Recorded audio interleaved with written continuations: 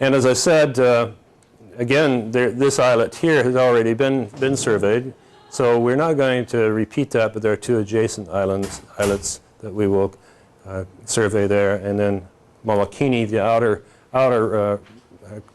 rim of the crater, which is I've been there once very briefly, and it's a very interesting environment. So also, I was just happened when I was in Skippy's office today, see a copy of Mike Severin's book on Molokini, and there on the chapter on the outer edge, there's a picture clearly showing our most invasive marine invertebrate in Hawaii, the octocoral Carajoa, which has been a subject of study by us and other people, especially Sam Kong, who did his PhD thesis on it, and they're trying to eradicate it from Port Allen Harbor. So this was I might mention that we did a survey for invasive introduced species around these same islands back in 2002, 2003. And the only place we found this particular most invasive species was in the harbor at Maalaea and over here at Mala Wharf. So it's a bit of a surprise for me to see that out there, and it's like the first bit of information that I have at this point on what we will find out at the outer rim of Molokini. So anyway, going forward, as I said, we've kind of eliminated a couple of these and taken up a couple. I'm kind of wondering what to do about the windward side of Oahu, because these are all low priority. I think these up here are so small they're probably not worth bothering, except for Goat Island, which is so accessed by the public, it's probably certainly can't consider it to be an island to be investigated from its isolation standpoint. So this may change. These are for sure. We're going to do these. This will be the first effort in March, and Molokini is for sure, and I think these two are for sure, and these ones on Molokai I think are very good choices. So the objectives. Some of the benchmarks of the study will be, first of all, to compile the existing marine biota information for all the offshore islets that have been completed and get this into a database format which is mutually agreeable to them and to us. Conduct rapid assessment surveys for two islet or islet groups on these 4 islands, and to document with that the unique and sensitive habitats that might be in each spot, newer keystone species, species richness and abundance, and lastly, any introduced or invasive species which have made their way to there. And to put, if not quantitative, at least semi-quantitative numbers on the abundance of these various types. And to evaluate the findings in terms of potential or existing threats or disturbance from shore-based human impacts, resource use, or again, introduced invasive species. Methodology, we haven't really fully developed this. We're going to make some trial runs next month. There's some protocols which are being used by DAR, by the Fish and Wildlife Service and NOAA, some of which I think will move to be using most of the aspects of this. Some of what they do is, in my opinion, excessively time-consuming by trying to identify all the coral size classes.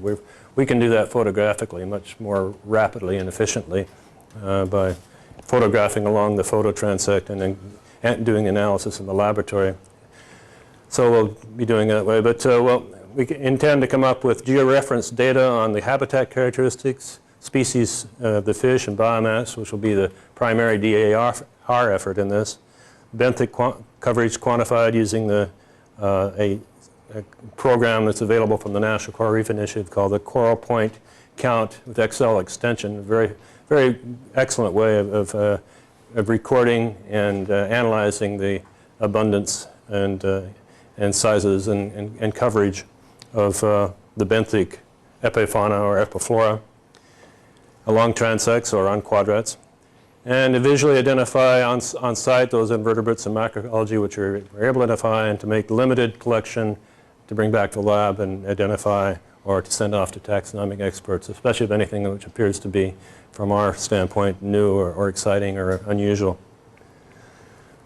The schedule, we'll do some test surveys on Oahu next month, and the first official survey is scheduled at Pu'upe'e and Po'opo'o and Lanai in March.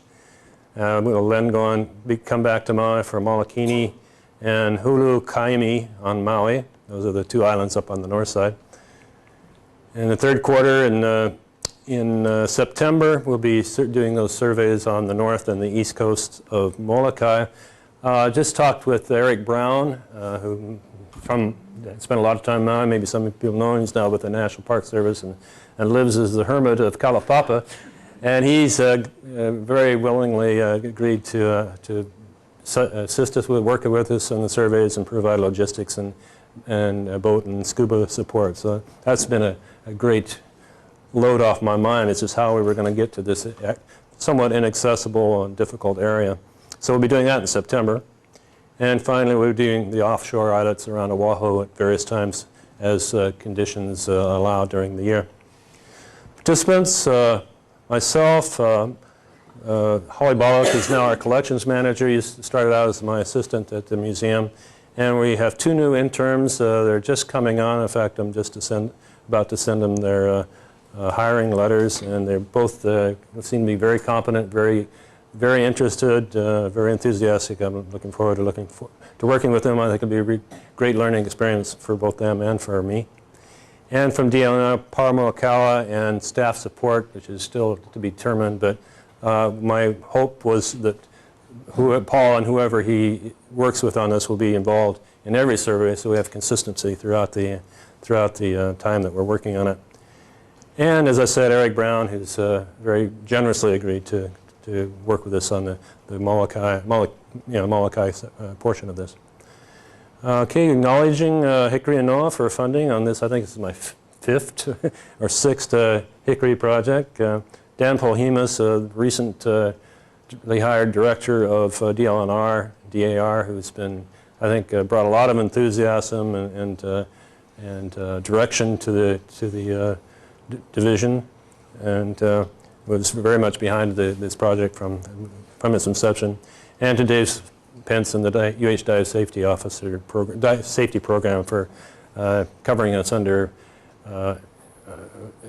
diving certification, which we have to have for Hickory projects. So with that, not much information today. Perhaps next time we'll be able to have something more to tell you, but thank you very much.